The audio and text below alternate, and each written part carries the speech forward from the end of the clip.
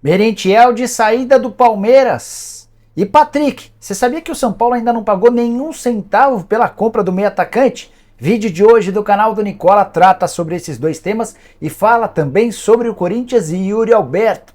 Quanto é que o Timão vai ter de percentual numa venda futura do centroavante? Para completar, te conto sobre as últimas do Flamengo, uma boa notícia, de olho no Mundial de Clubes. Falo também sobre o Cruzeiro, que contratou o Wesley por uma pechincha, pelo menos em relação ao preço que o Palmeiras pedia em outros tempos. Tem também novidades sobre Douglas Costa, as últimas do mercado, bastidores e muito mais. Para não perder nada, só apertar esse botãozinho vermelho de inscreva-se, combinado? Bora contar também que todo esse conteúdo é um oferecimento de 1xBet, a casa de apostas esportivas que vai te permitir ganhar dinheiro nessa terça-feira. Se você perdeu as apostas dos jogos da Premier League dessa segunda, não tem problema. Nessa terça, mais duas partidas, Chelsea e Bournemouth, United e Nottingham Forest. A cotação para a vitória do Chelsea 1,34, do United 1,33. A minha sugestão é que você faça uma aposta dupla, imaginando que o Chelsea e o United vençam. Assim você consegue uma cotação bem mais interessante. Você sabe que para apostar na 1xBet é super simples, só pegar o link que está no comentário fixo. Só não esquece de, na hora de fazer o depósito, usar o cupom Nicola para ter direito a 100% de bônus. Combinado? Bora começar o vídeo com o tradicional giro de notícias e a primeira informação é sobre o São Paulino Pablo Maia, que foi eleito o melhor primeiro volante do mundo entre atletas nascidos em 2002. Esquisito isso, né? Enfim, notícia, o levantamento feito pelo Observatório do Futebol, que colocou o Camavinga, jogador da seleção francesa e do Real Madrid, atrás do Pablo Maia. Você concorda com essa? Usa o espaço para comentários para dizer o que você pensa, beleza? Bora contar também que Dudu, lateral direito do Atlético Goianiense, que já foi pretendido pelo Vasco, pelo Santos e pelo Inter, vai jogar a temporada de 2023 no Fortaleza. Quando eu falei em pretendido pelo Vasco, foi o contrário, né? Ele foi oferecido ao Vasco, que estudou a possibilidade da sua contratação. E o mais curioso é que o Fortaleza está fechando com o Dudu por empréstimo. A ideia do Atlético Goianiense era vendê-lo. Diante da falta de propostas, o time cearense optou e aceitou essa proposta mais barata. Bora contar também que o Grêmio vai mandar uma equipe de médicos, ou melhor, já mandou uma equipe de médicos para o Uruguai para realizar os exames médicos de Luizito Soares. É o que falta para o centroavante uruguaio de 36 anos de idade ser anunciado como uma grande contratação do Grêmio nos últimos tempos. O acordo de 2 temporadas está fechado. A tendência é que entre terça e quarta tudo esteja ok e ele possa ser anunciado. Para completar, o Flamengo renovou o contrato com o Lohan, que é um meio atacante, promessa das categorias de base, tem só 16 anos de idade. O novo vínculo só se encerra em dezembro de 2026. A tendência é que ele seja usado, inclusive, na Copinha. Ainda sobre o Flamengo, o Rodrigo Caio está participando da pré-temporada com o restante do elenco, mas haverá um trabalho especial em relação a ele, com controle de cargas, tudo para evitar que ele volte a se contundir. Temporada de 2022 marcada por muitas lesões em relação ao zagueiro. Queria contar ainda que Luciano Castan, irmão de Leandro Castan, é o mais novo reforço do Guarani, zagueiro de 33 anos de idade, foi anunciado nas últimas horas. A última do giro de notícias, Kleber, centroavante do Ceará, especulado no São Paulo, cheguei a dizer para vocês que não tinha chance, e muito perto de fechar com o Curitiba, vai permanecer no Ceará e não vai poder jogar. É que ele foi pego num exame antidoping na última semana do Campeonato Brasileiro, testou positivo para uma substância proibida e vai ficar parado por tempo indeterminado, pelo menos por enquanto. Bora falar sobre o Flamengo e a boa notícia para o torcedor rubro-negro. A FIFA comunicou ao Fla nos últimos dias que a data limite para inscrição de atletas do Mundial de Clubes foi estendida e o Flamengo vai ter até 25 de janeiro para confirmar quais jogadores farão parte da delegação. Você sabe que o Mundial de Clubes começa em 1º de fevereiro e vai até 11 no Marrocos. Dessa maneira, o Flamengo tem quase um mês para contratar 2, 3, 4 reforços. Os pedidos do Vitor Pereira, as prioridades são de um goleiro que chegue para brigar com o Santos pela condição de titular.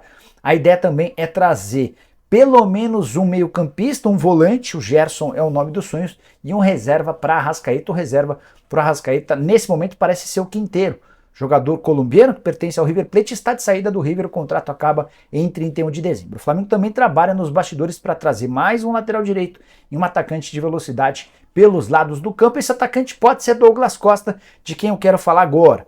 Douglas conversa com o Flamengo, conversa com o Botafogo. Na semana passada, inclusive, foi flagrado jantando em um restaurante da Barra da Tijuca com o Marcos Braz. As negociações com o Botafogo também são antigas. O Botafogo foi o primeiro clube a demonstrar a intenção de contratar o jogador que está de saída do Los Angeles Galaxy. Ele tem mais um ano de contrato com o time americano, mas há uma cláusula no contrato que lhe permite sair de graça caso assim seja a vontade dele. Jogador de 32 anos de idade que até se machucou pouco na temporada de 2022, pelo menos na comparação com os outros anos. Mas a informação que eu quero dividir com vocês nesse vídeo veio da Rádio Guaíba e dá conta de que, se o Grêmio aparecer com qualquer proposta, o Douglas Costa suspende as negociações com o Flamengo e com o Botafogo e volta para o seu clube do coração, time que o formou e o time onde ele esteve na temporada passada.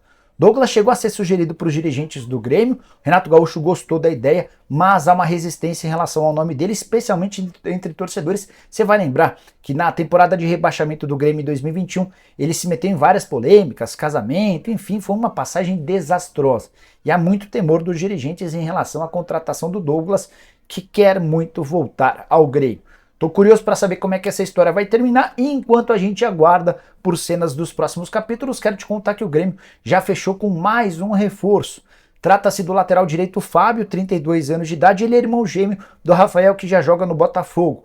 O Fábio estava defendendo o Nantes da França e aguardado nos próximos dias em Porto Alegre para a realização de exames médicos e a assinatura do contrato. Grêmio que já fechou com o Soares, aguarda sua confirmação oficial, fechou com o PP, bom meio-campista do Cuiabá, também trouxe dois gringos que vão fazer barulho, o Carbadio e o Cristaldo, enfim, é o Grêmio montando um time interessante, nem citei o Reinaldo, não é jogador de tanta importância assim, mas é mais um dos reforços para o Renato Gaúcho.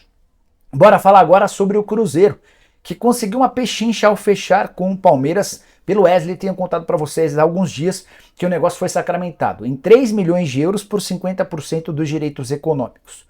O problema pro Palmeiras é que na temporada passada, Verdão chegou a receber uma oferta do New York City, time do Grupo City lá dos Estados Unidos, oferecendo 10 milhões de dólares e 2 milhões de dólares em bônus. Então o pacote total poderia chegar até 12 milhões de dólares. O problema é que desses 10 milhões de dólares, parte seria à vista e o restante parcelado. E o Palmeiras entendia na época que o Wesley poderia valer mais. Disse não à oferta americana. O tempo passou, Wesley foi perdendo espaço. Na atual temporada, caiu em descrédito com o técnico Abel Ferreira, chegou a ser usado em apenas 26 minutos nos últimos 2 meses do ano, sob o comando do técnico português, e não restou outra alternativa a não ser negociar o atleta. O Red Bull Bragantino, o Vasco, o Cruzeiro e o Bahia eram os maiores interessados. O Red Bull chegou a oferecer 5 milhões de dólares por 100% dos direitos. O Palmeiras preferiu vender 50% por 3 milhões de euros. Para o Cruzeiro o negócio está sacramentado e o Wesley até esse momento parece ser o principal reforço da Raposa. É o maior investimento do Ronaldo Fenômeno na aquisição de direitos econômicos de um atleta desde que ele comprou o Cruzeiro. Eu queria saber a sua nota, o que você imagina que o Wesley vai ser capaz de fazer com a camisa da Raposa. Eu uso o espaço para comentários, beleza? Bora falar agora sobre Yuri Alberto. Você soube no sábado em primeira mão aqui no canal do Nicola o trâmite, o modelo da negociação que vai fazer com que Yuri Alberto fique em definitivo no Corinthians. Timão vai mandar o Robert Renan e o Duqueiroz em definitivo para a Rússia, para o Zenit, e vai ficar com o Yuri Alberto.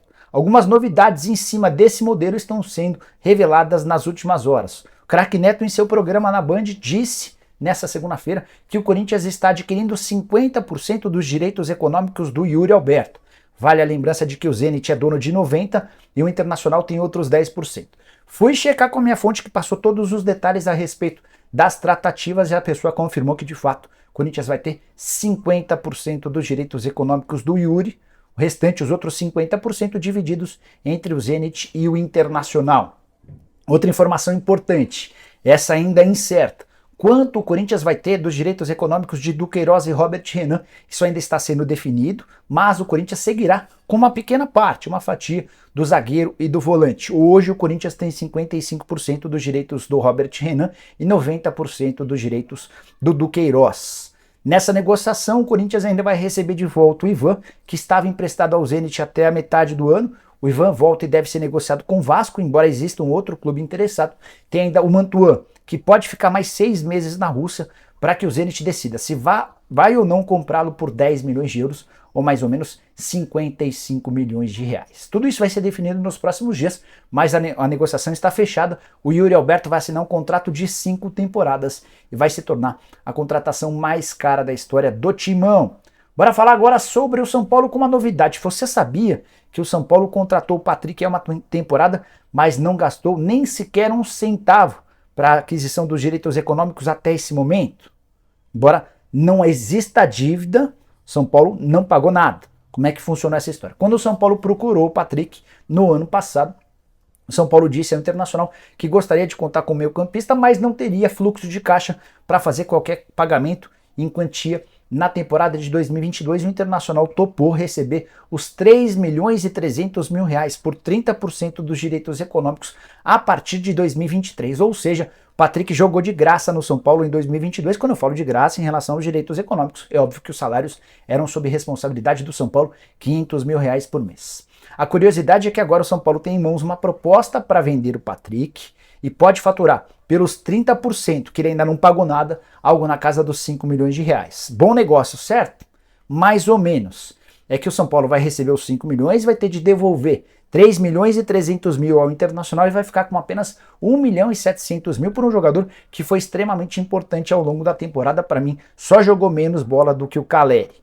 E é também por causa dessa questão financeira que há uma relutância dentro do tricolor em aceitar a proposta feita pelo Atlético Mineiro. A oferta total é de 9 milhões de reais, 5 milhões para o São Paulo, 1 milhão e meio para o Monte Azul e mais 1 milhão e meio para o Internacional. São os clubes que detêm os direitos econômicos do atleta. Ainda sobraria 1 milhão de reais para o empresário que está tocando toda a negociação. O São Paulo vai tentar morder um pouquinho mais do Monte Azul, um pouquinho mais do Inter e tirar um pouquinho da comissão do empresário para que o negócio possa ser fechado, mas tudo indica que o Patrick reforçará a lista grande de atletas que não ficam para a temporada de 2023. Bora fechar o vídeo para falar sobre o Palmeiras. Contei para vocês ao longo da semana passada que Rafael Navarro não deixará o clube. Atleta que foi especulado no Cruzeiro, foi sugerido em outros clubes. A avaliação da comissão técnica é de que o Navarro tem enorme potencial para melhorar, embora não tenha parecido isso. Campeonato Brasileiro, 23 partidas, nenhum gol marcado. E diante desse cenário, com a introdução do Endrick como uma figura importante no elenco principal, especialmente no ataque, o Palmeiras está propenso a aceitar propostas por Merentiel, atacante uruguaio, comprado do Defensa e Justiça por 1,5 milhão de dólares, ou mais ou menos 7 milhões e 400 mil reais. Essa informação sobre a possibilidade de o Merentiel sair foi divulgada nessa segunda-feira pelo pessoal do nosso Palestra. Curitiba é um dos interessados no Merentiel, embora as tratativas ainda estejam longe do fim. O porquê da escolha do Merentiel, que foi muito melhor do que o Navarro. O Merentiel no Campeonato Brasileiro jogou só 9 vezes e marcou 2 gols. 2 gols importantes na briga pelo título. O fato dele ser estrangeiro e ocupar uma das vagas de gringo pode ajudar nesse processo de negociação do atacante. O Palmeiras gostaria de liberar um dos atletas gringos, hoje tem 6 estrangeiros. Além de ter de fazer o rodízio, isso o impede de buscar reforços no exterior. E você? Contrataria?